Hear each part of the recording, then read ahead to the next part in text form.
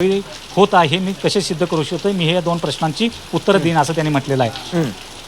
त्यामुळे जास्तीत जास्त नोंदणी आणि त्याचबरोबर जे पक्षाचं चिन्ह दुसऱ्या गटाला दिलं जाईल अशा प्रकारचं जे आधार घेतला गेला तोच मुळात चुकीचा आहे। आणि याच युक्तिवादामध्ये ज्या संदर्भात वारंवार मुद्दे त्यांनी उपस्थित केले गेले तो एकतर कलम 15 अंतर्गत असतील जे मुद्दे आधार घेतला गेला त्याचा आणि इतर जे पत्रातील मुद्दे आहेत त्याचा कुठलाही संबंध नसल्याचं त्यांनी म्हटलेलं आहे। आणि जो 2018च्या घटनेच्या संदर्भात त्यांनी उल्लेख केला की 2018ची घटना जर शिवसेना शिंदे गटच त्याचा आक्षेप घेतो की ते असंविधानिक आहे आणि तर तुम्ही त्या 2018च्या घटनेचाच आधार घेऊन तुम्ही मुख्य नेते पद आणि इतर पदं कशी काय मिळवू शकता ह्या संदर्भात त्यांनी प्रामुख्यानं मुद्दे उपस्थित केलेले आहेत। त्यामुळं जे काही केंद्रीय निवडणूक आयोगाकडून ज्या मुद्द्यांचा आधार घेऊन चिन्हाचं वाटप करणार चिन्ह शिवसेना चिन्ह आणि शिवसेना पक्ष हा शिवसेना शिंदेना दिला गेला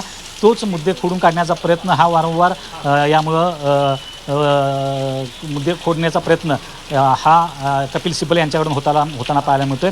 नोंदणी करण्यामागचा तर्क असा होतो की प्रत्येक राजकीय पक्षाने भारताच्या संविधानाप्रती निष्ठा बाळगली पाहिजे। ज्या राजकीय संघटनांची उद्दिष्टे देशाला मूलभूत घटनात्मक मूल्यांशी विसंगत आहेत अशा संघटना संसदेला नको होत्या आणि कलम 29 नुसार करण्यामागचे हेच मुख्य कारण होते। कलम 29 नुसार राजकीय पक्ष म्हणून नोंदणी करू इच्छिणाऱ्या एखाद्या संघटनेला किंवा संस्थेला काही तपशील सादर करणे आवश्यक असतं। यामध्ये पक्षाचे नाव असेल, मुख्य कार्यालय, पदाधिकारी, सदस्य संख्या किंवा संसद किंवा राज्य विधिमंडळातील प्रतिनिधित्व यांचा समावेश असतो। यामध्ये त्यांनी महत्त्वाचं एक सांगितलेलं आहे की जेव्हा पक्ष नोंदणी करतो तेव्हा यामध्ये सर्व गोष्टी यामध्ये येतात। पक्षाचं नाव असेल, संघटनात्मक रचना कशा प्रकारची असेल, त्याचे पदाधिकारी कोण कोण असतील, त्याची रचना कशा प्रकारे असतील, त्याचं कार्यालय कसं असतील, सदस्य संख्या कशा असतील आणि त्यानंतर संसद किंवा राज्य विधिमंडळातील प्रतिनिधी कोण कोण आहेत। म्हणजे केवळ विधिमंडळ पक्ष हा एक राजकीय पक्षाचा एक भाग आहे आणि या अर्जासोबत पक्षाचा एक मेमोरंडम म्हणजे घटना जी आहे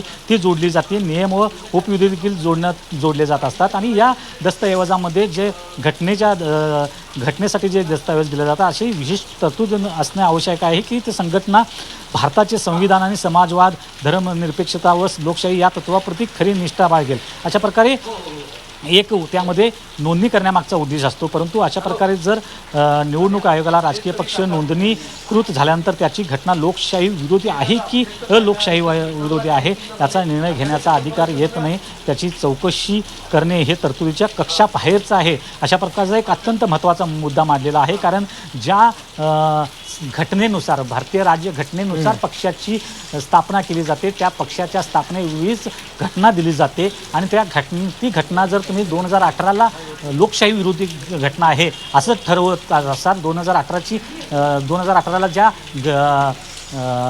घटना दुरुस्ती झाल्या त्याच लोकशाही विरोधी आहे आणि ते संपूर्ण घटनाच लोकशाही विरोधी आहे, असंविधानिक आहे असं जर म्हणू शकत असाल तर हे कितपत शक्य आहे। कारण जी घटना संसदेनं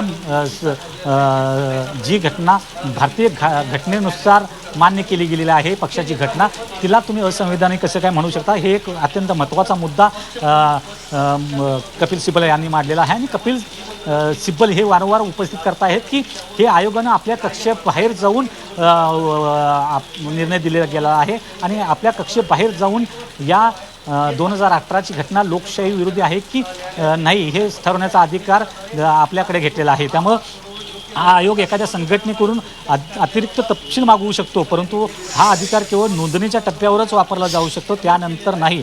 म्हणजे केंद्रीय निवडणूक आयोगाकडे जेव्हा पक्षाची नोंदणी करता येईल तेव्हाच या संदर्भात जे नोंदणीच्या टप्प्यावर मागवू शकतो नंतर मात्र नाही असं एक त्यांनी उपलब्ध माहितीच्या आधारे त्यांनी सांगितलेलं आहे। अगदी कृष्णात आपण तुम्ही आमच्यासोबत असेच राहा। कपिलकडे जाऊया। कपिल, आपण बघतोय की कशा पद्धतीनं कपिल सिब्बल हे युक्तिवाद करताना आपल्याला पाहायला मिळतात। परिशिष्ट 15 असेल किंवा ज्या पद्धतीनं एकनाथ शिंदे यांनी कशा पद्धतीनं पक्षाच्याच घटनेची पायमल्ली केली हा मुद्दा एक अधोरेखित करताना दिसतात कपिल सिब्बल।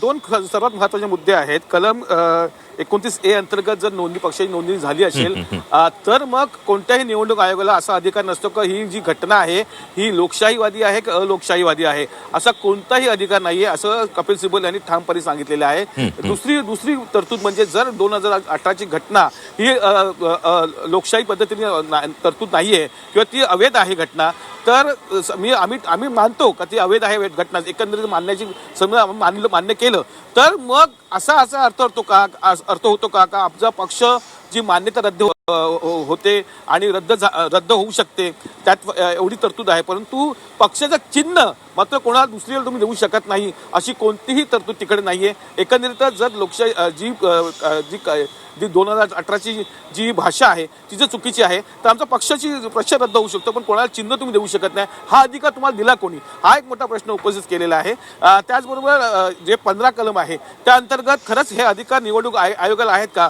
पक्षफुटी त्यांनी जी झालेली आहे ती त्यांनी दाखवली आहे का? ती पूर्णपणे स्थापित झाली आहे का? हे पाहणं गरजेचं आहे. पक्षफुटी म्हणजे काय, ह्याचा व्याख्या काय, या सर्व गोष्टी ज्या 3 महत्त्वाच्या गोष्टी आहेत, या 3 महत्त्वाच्या गोष्टीवरती ही पूर्ण लढाई सुरू आहे.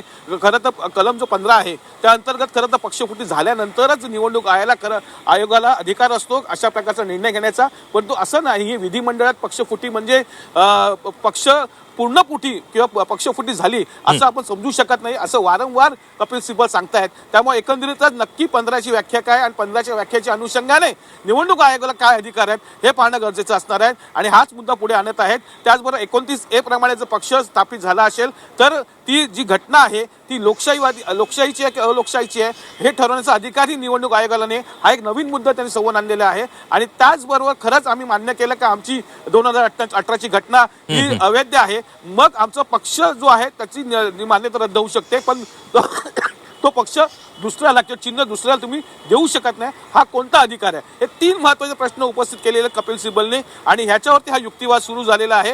एकंदरीतच या सर्व गोष्टीकडे पाहता आता शिवसेना कशा प्रकारे उत्तर देते, खरं तर मोठा युक्तिवाद समोर आणलेले, मोठे मुद्दे समोर आणलेले आहेत. या मुद्द्यावर याआधी कधी चर्चा झाली नाही असे कायदेशीर मुद्दे कपिल सिब्बल यांनी समोर आणलेले आहेत. आता शिवसेनेकडनं त्यांचा युक्तिवाद मांडण्याची वेळ सुरू होईल, त्यामध्ये ह्या सर्व प्रश्नांची उत्तर कशा प्रकारे समोर येतात, याला कायद्याची भाषा असणार आहे का, याकडे सर्वांचं लक्ष लागलेलं असणार आहे. अगदी कृष्णातकडे जाऊयात. कृष्णात आपण बघितलं या ठिकाणी ज्या कपिल सिब्बल मागच्या आठवड्यातल्या 2 दिवसांचा युक्तिवाद असेल किंवा या आठवड्यात आता आज युक्तिवादाला सुरुवात झालेली असेल, 99ची पक्षाची घटना असेल, 2013ची घटना असेल किंवा पक्ष घटना असेल किंवा 2018ची घटना असेल, निवडणूक आयोगानं ज्यावेळेला हा निर्णय दिला त्यावेळेला 2018ची घटना बघणार नसल्याचं सांगितलं, मात्र ही घटना पक्षाची घटना शिवसेनेची निवडणूक आयोगाच्या वेबसाईटवर आहे, हा सुद्धा मुद्दा उपस्थित केला. आता एक मुद्दा उपस्थित केला, ज्या वेळेला पक्ष घटना 99ची निवडणूक आयोगानं निकाल देताना ग्राह्य धरले असेल तर आता या 99च्या घटनेमध्ये पक्षनेता हे पदच नव्हतं, मग एकनाथ शिंदेंनी पक्ष ताब्यात आल्यानंतर मुख्य नेता हे पद आणलं कुठून, हा सुद्धा सवाल आता कपिल सिब्बल करतात. तोच मुद्दा संदीप वारंवार उपस्थित केला जातो आहे की ज्या 2018च्या घटनेला तुम्ही पक्षविरोधी म्हणताय किंवा असंवैधानिक म्हणताय, त्याच घटनेचा आधार घेऊन तुम्ही मुख्य नेतापद कुठून आणलं. कारण 1999ची जी घटना आहे त्या घटनेमध्ये कुठंही मुख्य नेता पदाचा उल्लेख नाही आहे, केवळ पक्षप्रमुख या पदाचा उल्लेख आहे. मग मुख्य नेतापद कुठून आणलं गेलं आणि तुम्ही ते पद कसं काय मिळवता, तुम्ही या पदाचा कसा काय वापर करून घेता, तुम्ही पक्षात येता, त्याचे लाभ घेता आणि त्या पक्षाला तुम्ही लोकशाही विरोधी ठरवता, हे लोकशाही विरोधी ठरवता, हे कसं काय शक्य आहे, अशा प्रकारे त्यांनी मुद्दा उपस्थित केलेला आहे. आणि या संदर्भात मुद्दा उपस्थित केल्यानंतर सध्या पक्षाच्या कार्यकारिणीतील सदस्य जे येतात ते पक्षाचे कार्यकारिणीचे सदस्य असतात आणि त्यामध्ये प्रत्येक पक्षाची रचना ही वेगवेगळी असते, त्याचे पदाधिकाऱ्यांची रचना वेगवेगळी असते, त्यामध्ये पक्षप्रमुख असतील किंवा इतर जे त्यानंतर त्यानंतर नेते असतील आणि असे एक संघटनात्मक उतरंड ही प्रत्येक पक्षाची वेगवेगळी येते. त्यामुळं ज्या पक्षाच्या आधारे तुम्ही संवैधानिक पदं उभवता त्याला असंवैधानिक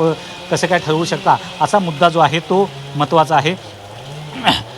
आणि त्यामुळं निवडणूक आयोगानं जे चिन्ह दिले गेलं ते दुसऱ्या पक्षाला दिलं गेलं ते कोणत्या आधारावर दिलं गेलं असा एक म्हटलं गेलेलं आहे. कारण 2018ची घटना असंवैधानिक ठरवण्याचा आणि ती नाकारण्याचा अधिकार हा तुम्हाला नाही, म्हणजे केंद्रीय निवडणूक आयोगाला हा अधिकार नसल्याचं कपिल सिब्बल यांनी उपस्थित केलेलं आहे. त्यामुळं 2018ची घटना ही संवैधानिक आहे, असंवैधानिक आहे किंवा नाही हे ठरवण्याचा अधिकार त्यांना नाही. त्यामुळं आणि त्यानंतर मुख्य नेतेपद जे आहे ते या संपूर्ण घटनेमध्ये नाही, हे वारंवार त्यांनी ठसवण्याचा प्रयत्न केला जातो आहे. आणि त्याबरोबर पक्षात येऊन तुम्ही लाभ घेऊन त्याला असंवैधानिक कसं काय ठरवू शकता. आणि केंद्रीय निवडणूक